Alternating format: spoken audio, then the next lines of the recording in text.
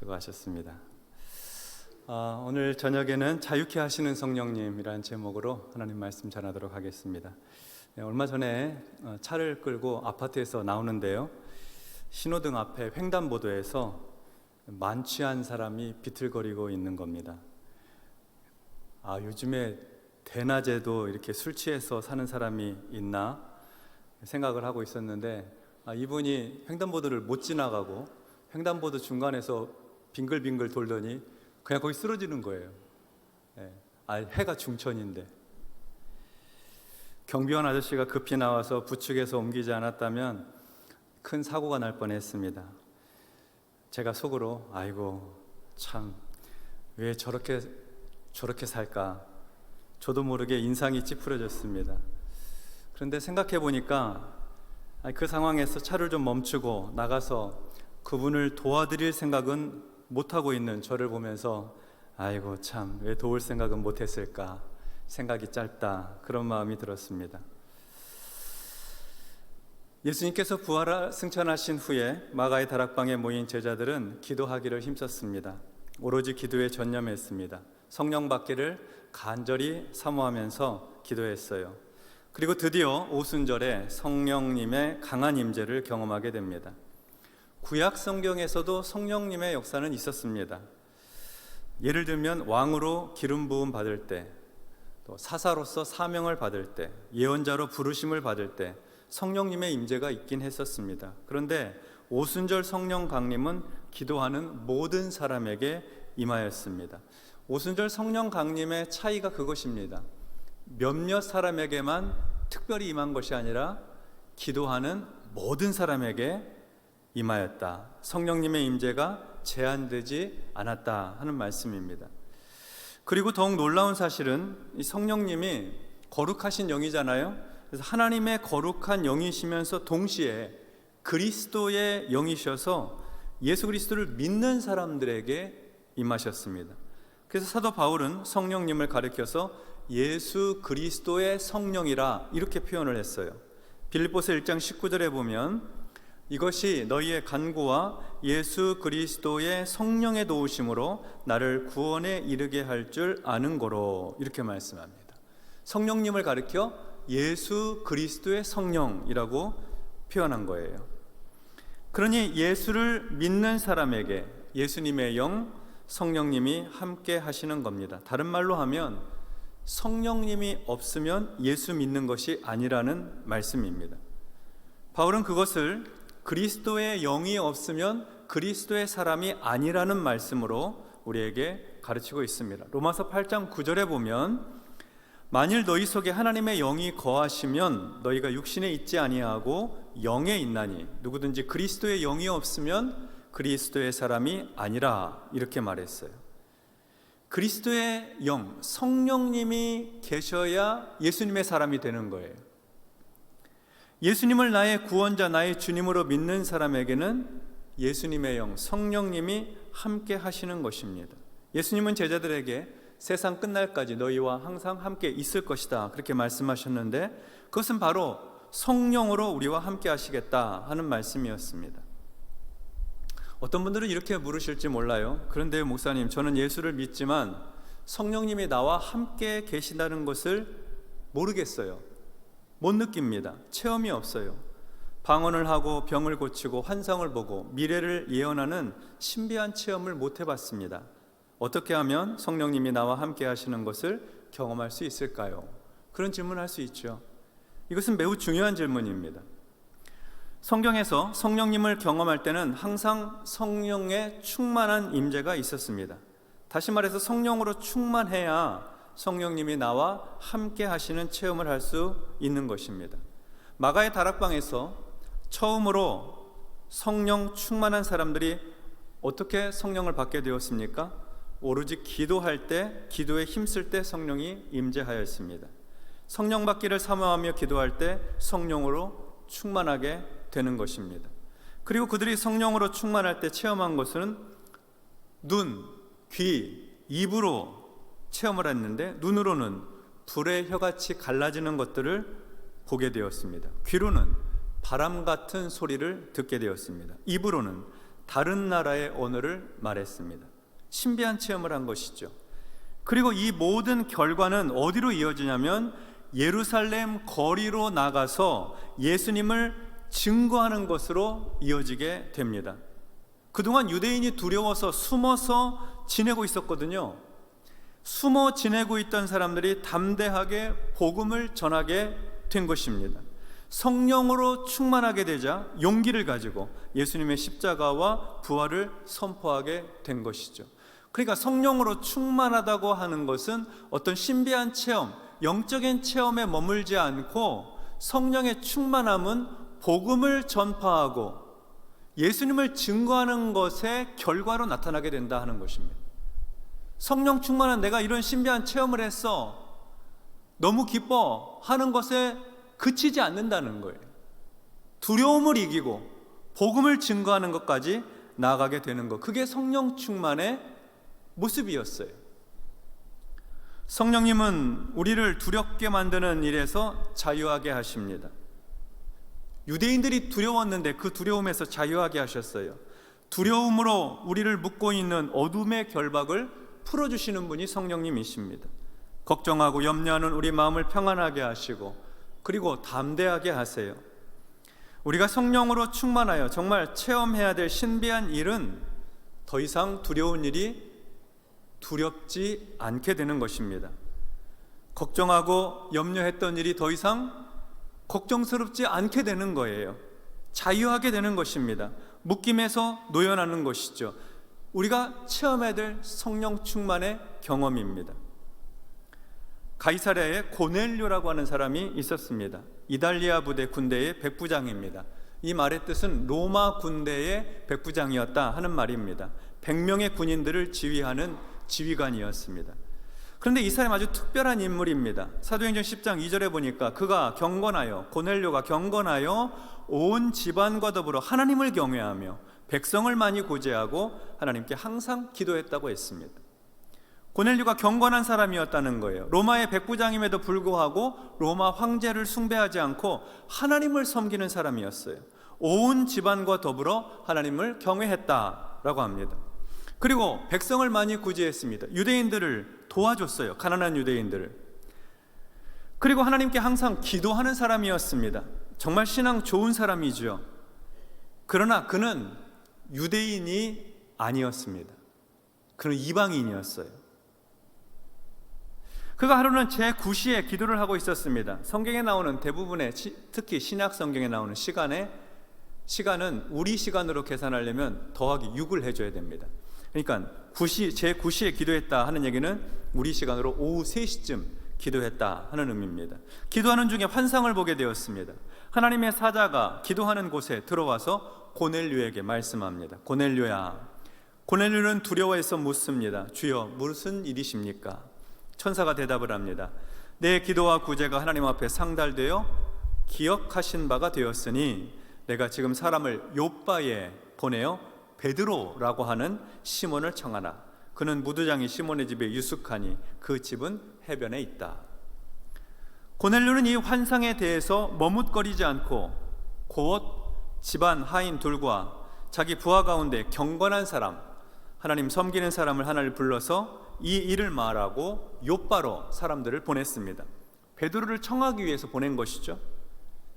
성령으로 충만한 사람은 이렇게 삽니다. 하나님께서 보여주신 환상을 따라서 즉각적으로 순종을 합니다. 환상을 보고 헛것을 보았다고 생각하지 않았습니다. 꼭 사람까지 보내서 베드로를 불러와야 하는지, 정말 베드로라는 사람이 요빠에 있기는 한 것인지 의심하지 않았습니다. 사람들을 보냈는데 베드로가 안 오면 어쩌나 걱정하지 않았습니다. 그저 단순하게 순종했습니다. 우리가 성령으로 충만한 삶을 살기 어려운 이유는 하나님께서 보여주시는 것에 대해서 즉시 순종하지 못하기 때문입니다. 하나님께서 보여주시는 말씀, 하나님께서 보여주시는 감동, 하나님께서 보여주시는 생각, 꿈과 환상에 대해서 우리는 순종하지 못합니다. 의심합니다. 부정적입니다. 꼭 그렇게까지 해야 되겠어? 결국 시행하지 못합니다. 그래서 성령 충만한 삶의 결과를 보지 못하는 거예요. 그런데 고넬료는 즉시 반응하였습니다. 하나님이 주신 감동과 생각, 그 말씀에 순종하여 사람들을 욥바로 보냈습니다. 지중해 해안길을 따라 남쪽으로 60km를 걸어가야 하는 꼬박 하룻길입니다. 사람들을 보냈는데 다음 날 그 사람들이 욥바 가까이 왔을 때 일입니다. 베드로가 욥바에서 기도하려고 자기가 머물고 있는 집에 지붕에 올라갔습니다. 제 6시였습니다. 그러니까 낮 12시쯤 되었죠. 점심때쯤 되었습니다. 사람들은 점심을 준비하고 있었습니다. 그때 베드로가 옥상에 올라가 기도하려고 올라갔을 때 환상을 보게 됩니다. 하늘이 열리며 한 그릇이 내려오는 것을 보았습니다. 큰 보자기 같고 네 귀를 메어 땅에 들이웠습니다. 그 그릇 안에는 각종 네 발 가진 짐승과 기는 것, 공중에 나는 것들이 있었습니다. 베드로 귀에 소리가 들립니다. 베드로야, 일어나 잡아먹어라. 베드로가 대답합니다. 주여, 그럴 수 없나이다. 속되고 깨끗하지 아니한 것을 내가 결코 먹지 아니하였나이다. 다시 소리가 들립니다. 하나님이 깨끗하게 하신 것을 내가 속되다 하지 말라. 이런 일이 3번이나 있었습니다. 그리고 그 그릇이 즉시 하늘로 올려져 갔습니다. 베드로는 마음속으로 이 환상이 무슨 뜻일까 의아해하고 있었습니다. 그때 마침 고넬료가 보낸 사람들이 베드로가 머물고 있는 집에 도착을 했습니다. 도착한 사람들이 베드로를 찾습니다. 여기 베드로라고 하는 시몬이 유숙하고 있습니까? 베드로는 기도하던 지붕에서 자기가 본 환상에 대해서 깊이 생각하고 있었습니다. 무슨 뜻일까? 그들이 베드로를 찾고 있을 때 성령님께서 베드로에게 말씀을 하셨다고 했습니다. 성령님께서 베드로의 마음에 감동을 주시고 그 마음속에 생각을 불어넣어 주시고 말씀하셨다는 거예요. 사도행전 10장 19절과 20절 말씀입니다. 우리 같이 이 말씀 합독하겠습니다. 베드로가 그 환상에 대하여 생각할 때에 성령께서 그에게 말씀하시되 두 사람이 너를 찾으니 일어나 내려가 의심하지 말고 함께 가라. 내가 그들을 보내었느니라 하시니. 아멘. 베드로는 내려가서 자기를 찾으러 온 사람들을 만납니다. 그리고 고넬료가 베드로를 초청한다는 내용의 자초지종을 듣습니다. 베드로는 이들의 이야기를 듣고 고넬료가 그들을 통해서 초대하고 있는데 고넬료의 초청에 응할 수 있을까요? 베드로가 고넬료의 초청에 응한다는 것은 아주 중요한 문제입니다. 고넬료가 경건한 사람인가? 그가 하나님을 경외하는가? 그가 기도와 구제를 많이 하는 사람인가? 이런 질문보다 더 근원적인 질문이 있습니다. 고넬료가 이방인인데 이방인의 초대에 응해도 되는가 하는 것입니다. 유대인에게 있어서는 굉장히 중요한 질문입니다. 이방인은 하나님의 백성이 아닙니다. 하나님께서 선택하신 족속이 아니에요. 이방인은 하나님의 구원에서 멀리 있는 사람입니다. 하나님의 구원받지 못하는 사람들이에요. 이방인은 죄인이고 하나님의 진노와 심판의 대상일 뿐입니다. 이방인과 접촉해서는 안 됩니다. 그럼 부정해집니다. 이방인과 식사를 해도 안 됩니다. 그럼 부정해져요. 이방인은 지옥의 땔감일 뿐입니다. 이것이 바로 유대인이 가진 이방인에 대한 일반적인 생각이었습니다. 유대인 베드로의 생각도 크게 다르지 않았습니다. 그런데 그런 이방인이 나를 초대했다고 합니다. 그것도 먼 거리에 떨어져 있는 로마 군대 백부장이에요. 나는 가야 하는가? 초대에 응해야 하는가? 유대인의 상식, 유대인의 본능은 이방인의 초대에 응하면 안 됩니다. 상식과 본능은 그렇게 하지 못하게 합니다. 그러나 성령님께서 이미 베드로의 마음에 환상을 보여주셨습니다. 율법적으로 볼 때 먹어서는 안 되는 음식들, 각종 네 발 가진 짐승과 기는 것, 공중에 나는 것들을 보여주시고 베드로야 일어나 잡아 먹어라. 주여 그럴 수 없나이다. 속되고 깨끗하지 아니한 것을 내가 결코 먹지 아니하였나이다. 하나님이 깨끗하게 하신 것을 내가 속되다 하지 말라. 그리고 성령님께서 말씀하셨어요. 두 사람이 너를 찾으니 일어나 내려가 의심하지 말고 함께 가라. 내가 그들을 보내었느니라. 하나님께서 깨끗하신 것을 내가 속되다 하지 말라. 고넬료가 보낸 사람들, 너를 찾는 사람들은 내가 보낸 사람들이다. 그러니 의심하지 말고 함께 가라. 유대인 베드로의 이방인에 대한 편견, 생각, 선입견, 이방인에 대한 부정적인 태도를 성령께서 바꾸기를 원하셨어요.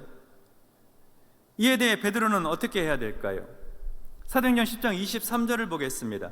베드로가 불러들여 유숙하게 하니라. 이튿날 일어나 그들과 함께 갈새 욥바에서 온 어떤 형제들도 함께 가니라. 베드로가 자기를 데리러 온 사람들, 이방인들이죠. 그들을 불러들였습니다. 그래서 함께 잘 수 있도록 숙소를 제공했어요. 그리고 다음날 그들과 함께 욥바로 출발합니다. 욥바에 사는 성도들도 같이 갔어요. 그러니까 사도행전 10장 23절의 이 말씀은 베드로에게 있어서는 굉장한 사실 결단이었던 거예요. 이방인들을 맞이해서 숙소를 제공하고 그 다음날 이 사람들을 따라서 가이사랴로 올라가게 된 것을 말입니다. 베드로 입장에서는 굉장한 결단이었죠. 유대인에게 있어서 아주 엄청난 결심이었습니다. 베드로가 왜 이렇게 한 것입니까? 이유는 한 가지입니다. 자기의 상식, 가치관, 신념, 자기가 가지고 있는 그런 통념, 일반적인 생각, 유대인의 율법, 그런 걸로 생각하면 가지 말아야 되죠. 그들을 맞이해서는 안 됩니다. 그러나 베드로는 성령님의 음성에 반응하기 위해서, 성령님의 감동에 순종하기 위해서 그들을 따라 나선 것입니다. 성령님께서 베드로에게 환상으로 음성으로 들려주실 때 베드로는 얼마든지 부정적으로 응답할 수도 있었습니다. 그러나 그는 그렇게 하지 않았어요. 성령님의 역사를 체험한다는 것은, 성령 체험을 한다는 것은 성령의 감동에 적극적으로 응답할 때 가능한 것입니다. 성령께서 내 마음에 감동을 주실 때, 평소에 한 번도 생각해보지 않았던 생각을 주실 때, 내 인간의 본성으로 볼 것 같으면, 내 성정으로 볼 것 같으면 절대로 그런 생각이나 그런 뜻을 품지 않았을 텐데, 이거 하나님께서 기도할 때 주신 마음이고 하나님의 말씀을 읽고 들을 때 주신 말씀이라고 그렇게 인정되는 하나님의 감동이 있습니다. 그 감동에 적극적으로 응답할 때 비로소 성령을 체험할 수 있는 것입니다. 베드로가 가이사랴에 도착했습니다. 고넬료의 집에 들어갑니다. 그리고 꺼낸 말이 이렇습니다. 사도행전 10장 28절과 29절입니다. 이르되 유대인으로서 이방인과 교제하며 가까이 하는 것이 위법인 줄은 너희도 알거니와. 베드로 마음이 아직 흔쾌하지 않은 거예요. 너희도 알다시피 유대인이 이방인과 함께 가까이 교제하는 것, 그 율법에 저촉되는 거 알지? 하는 얘기죠. 그렇지만 하나님께서 내게 지시하사 아무도 속되다 하거나 깨끗하지 않다 하지 말라 하시기로 부름을 사양하지 아니하고 왔노라. 부름을 사양하지 아니하고 왔노라. 묻노니 무슨 일로 나를 불렀느냐. 성령님의 감동에 따라 오긴 왔는데 아직 마음이 흔쾌하지 않은 거예요. 떨떠름함이 있다는 거죠. 순종하긴 했는데 기쁜 순종이 아니에요. 그런데도 베드로는 성령님의 말씀에 순종하여 먼 길을 왔습니다. 잘한 것이죠. 잘한 겁니다. 우리가 성령님의 감동에 순종한다는 것은, 하나님의 말씀에 따라 사는 것은 언제나 기쁘고 유쾌한 것이 아닙니다. 어떨 때는 너무나 즐겁게 순종하는데 어떤 때는 마지못해 하는 경우도 있습니다. 중요한 것은 그 마음이 어찌 되었든 일단 순종하는 겁니다. 순종하기를 시작하는 거예요. 베드로가 그랬습니다. 일단 순종을 했어요. 고넬료에게 묻습니다. 무슨 일로 나를 불렀소? 고넬료가 얼마 전에 있었던 일을 자세히 말합니다. 네, 내가 기도하는 중에 하나님의 사자가 나타나서 베드로를 청하라고 말씀을 하셨고 내가 바로 사람을 보냈습니다. 잘 오셨습니다. 하나님께서 당신을 통해 하시려는 말씀을 듣고자 합니다. 당신을 통해 주시는 하나님 말씀 듣고자 합니다. 여기 있는 우리 모두는 지금 하나님 앞에 있습니다. 그렇게 대답을 하는 거예요. 이 말을 듣자 베드로는 그동안 머뭇거렸던, 흔쾌하지 않았던 마음이 다 사라지고 큰 기쁨과 감동이 있게 됩니다. 사도행전 10장 34절과 35절을 보겠습니다. 우리 같이 합독하겠습니다. 베드로가 입을 열어 말하되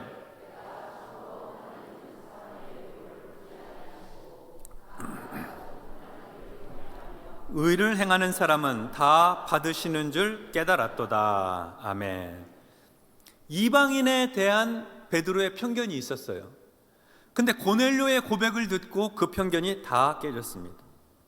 이방인은 죄인이고 심판받아야 하고 구원받을 수 없다는 편견이 있었는데, 하나님이 이방인이라 할지라도, 하나님을 경외하는 사람, 이방인이라 할지라도 의를 행하는 사람은 하나님께서 받으시는구나, 다 용납하시는구나 깨달았어요. 이거 굉장한 변화지요. 남북전쟁 당시에, 미국의 남북전쟁 당시에 백인들의 생각은 이러했습니다. 흑인은 사람이 아니다. 흑인은 짐승과 같다. 소처럼 일을 시키고 부리고 적당히 먹이면 된다. 흑인은 그래서 우리와 같은 식탁에서 먹을 수 없다. 같은 레스토랑에서 먹을 수 없다. 같이 버스 타지 못한다. 흑인은 사람이 아니다. 짐승이다. 이렇게 생각을 했는데, 모든 백인이 그렇게 생각을 했는데 성령님의 감동으로, 하나님의 은혜로 그런 편견이 깨지기 시작하는 겁니다. 아니야, 흑인도 사람이야. 하나님의 형상이야. 그도 인간으로서 존중받아야 해. 사람으로서 권리가 있어. 이렇게 바뀌는 것입니다. 흑인을 자유하게 하는 생각이고, 그리고 백인을 자유하게 하는 생각입니다. 자, 그리고 베드로는 고넬료와 그 집 사람들에게 예수 그리스도의 십자가와 부활의 복음을 증거하였습니다. 사람들이 다 모여 있을 때 예수님에 대해서 복음을 증거했어요. 고넬료는 아직 예수님의 십자가와 부활에 대해서 자세히 듣지를 못했거든요. 사도행전 10장 37절로 43절에 베드로가 증거한 복음이 기록되어 있는데, 이 복음의 말씀을 우리가 이해하기 쉽게 새번역 성경으로 읽어드리겠습니다. 여러분이 아시는 대로 이 일은 요한의 세례 사역이 끝난 뒤에 갈릴리에서 시작하여 온 유대 지방에서 이루어졌습니다. 하나님께서 나사렛 예수에게 성령과 능력을 부어주셨습니다. 이 예수는 두루 다니면서 선한 일을 행하시고 마귀에게 억눌린 사람들을 모두 고쳐주셨습니다. 그것은 하나님께서 그와 함께 하셨기 때문입니다. 우리는 예수께서 유대 지방과 예루살렘에서 행하신 모든 일의 증인입니다. 우리가 다 보았습니다. 사람들이 그를 나무에 달아 죽였지만 하나님께서 그를 사흘날에 살리시고 나타나 보이게 해주셨습니다. 그를 모든 사람에게 나타나게 하신 것이 아니라 하나님께서 미리 택하여 주신 증인인 우리에게 나타나게 하셨습니다. 그가 죽은 사람 가운데서 살아나신 뒤에 우리는 그와 함께 먹기도 하고, 예수님과 함께, 다시 사신 예수님과 함께 먹기도 하고 마시기도 하였습니다. 이 예수께서 우리에게 명하시기를, 하나님께서 자기를 살아있는 사람들과 죽은 사람들의 심판자로 정하신 것을 모든 사람에게 선포하고 증언하라고 하셨습니다. 이 예수를 두고 모든 예언자가 증언하기를, 그를 믿는 사람은 누구든지 그의 이름으로 죄사함을 받는다고 하였습니다. 누구든지 그를 믿으면, 예수를 믿으면 예수의 이름으로 죄사함을 받는다 한 그 말씀을 고넬료와 그 집 사람들이 다 받아들였어요. 믿었어요. 우리도 예수의 이름으로 죄사함을 받고 우리도 거룩하게 될 수 있다고 그 말씀을 받아들였습니다. 베드로가 이 말씀을 전할 때 성령님이 말씀을 듣고 있는 그 모든 사람들에게 임하였습니다. 그들이 방언을 하고 하나님을 높이는 말을 하였습니다. 그걸 베드로와 그리고 요바에서 함께 왔던 유대인 그리스도인들이 같이 들었어요. 보았어요. 놀랐습니다. 아니, 이방인에게도 성령님이 임하시다니, 생각하지 못했던 일이었어요. 베드로는 이제 이방인에 대한 생각이 완전히 바뀌었습니다. 하나님께서 받아들이시면, 하나님을 경외하는 사람 하나님께서 받아들이시면 그도 하나님께서 용납하시는구나.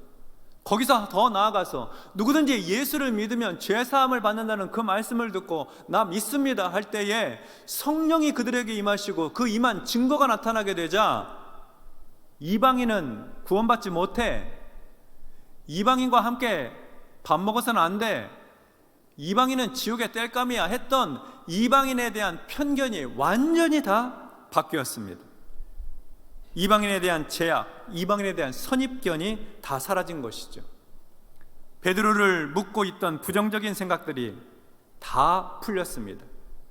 이방인에 대한 생각이 달라졌습니다.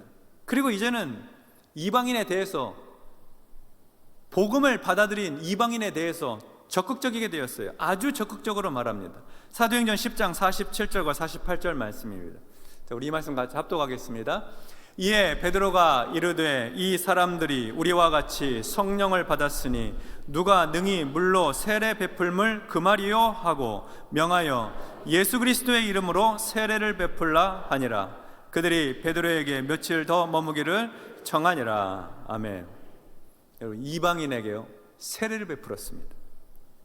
예수를 믿고 성령을 받은 이방인들에게 예수 그리스도의 이름으로 세례를 베풀었어요. 최초의 이방인 세례입니다. 이는 유대인 중심의 복음이 이제 이방인들에게로 확장된다는 놀라운 의미를 담고 있습니다. 사건이에요. 놀라운 사건이 되었어요. 성도 여러분, 성령님은 우리를 자유하게 하십니다. 성령으로 충만하다는 것은 편견이 없는 신앙을 의미합니다. 여러분, 중독에 빠진 사람들을 보면 어떤 생각이 드세요? 술에 만취해가지고 한낮에 비틀비틀 거리다 횡단보도에 쓰러진 사람 보면 어떤 마음이 드세요? 알코올 중독, 또 도박 중독, 게임 중독, 성 중독, 중독에 빠진 사람에 대한 시선이 곱지 못하죠. 저 사람은 안 돼, 저런 사람은 구원받지 못해 하는 부정적인 마음, 편견이 있어요. 그러나 성령님께서 충만하게 임하시면 저 사람 예수 믿으면 저 사람도 구원받고 저 사람 예수 믿으면 죄사함 받고 하나님의 백성이 된다 하고 마음을 쓰고 생각을 넓게 펴는 것입니다. 이게 쉽지 않죠. 쉽지 않습니다. 우리 마음에는 될 사람과 되지 못할 사람이 이미 기준을 갖고 정하고 있어요. 저 사람은 괜찮은 사람, 저 사람은 안 돼, 이 사람은 좋은 사람, 저 사람은 상종 못해. 이런 게 마음속에 어느 정도 기준을 갖고 사람들을 대하고 있어요. 그런데 성령으로 충만하게 되니까, 성령님께서 그 마음을 넓히시니까 그도 예수 믿으면 괜찮은 사람이야, 이렇게 바뀌더라는 것입니다. 물론 성령님의 역사는 내 안에서도 일어나야 되고 그 안에서도 일어나야 됩니다. 베드로 안에서도 일어나야 되고 고넬료 안에서도, 이방인 안에서도 일어나야 되는 거예요. 쌍방간에 하나님께서, 성령께서 역사를 일으키시죠. 근데 내 입장에서 보면 내가 가지고 있는 관습, 편견, 그리고 내 주관에 따라서 평가하는 생각, 그런 것들에 묶여 있을 때가 많아요. 묶여 있을 때가. 근데 성령으로 충만하게 되면 그 묶임이 풀린다는 거예요. 그래서 성령 충만한 사람은 좁지 않아요. 편협하지 않습니다. 성령으로 충만한 사람은 넓어요. 너그럽습니다. 확장이 됩니다. 그래서 날마다 성령으로 충만한 삶을 살게 된다는 것은 다른 사람에 대해서 너그러운 마음, 넓은 마음을 갖게 된다는 것을 의미합니다. 중독에 빠진 사람들에게만 해당되는 일이겠습니까? 우리를 불편하게 하는 여러 다양한 사람들이 있습니다. 그러나 누구든지 예수의 이름을 부르면 구원받지 못할 사람이 없습니다. 성령으로 충만하면 자유하게 됩니다. 성령님은 자유하게 하시는 영이십니다. 그 자유함이 복음을 전파하게 하고 그 자유함이 복음의 전진을 이루게 하는 것입니다. 성령님은 우리를 묶고 있는 두려움, 염려와 걱정, 편견 등으로부터 우리를 자유하게 하십니다. 우리 모두 성령으로 늘 충만하여 성령 충만받기를 기도하고 성령으로 늘 충만하여서 우리 마음에 제약이 없고 걸림이 없고 장애가 없는 자유한 마음을 주시기 바랍니다. 오직 주의 복음만을 널리 전파하는 그런 성령 충만한 거룩한 종들이 다 되시기를 주님의 이름으로 축원합니다.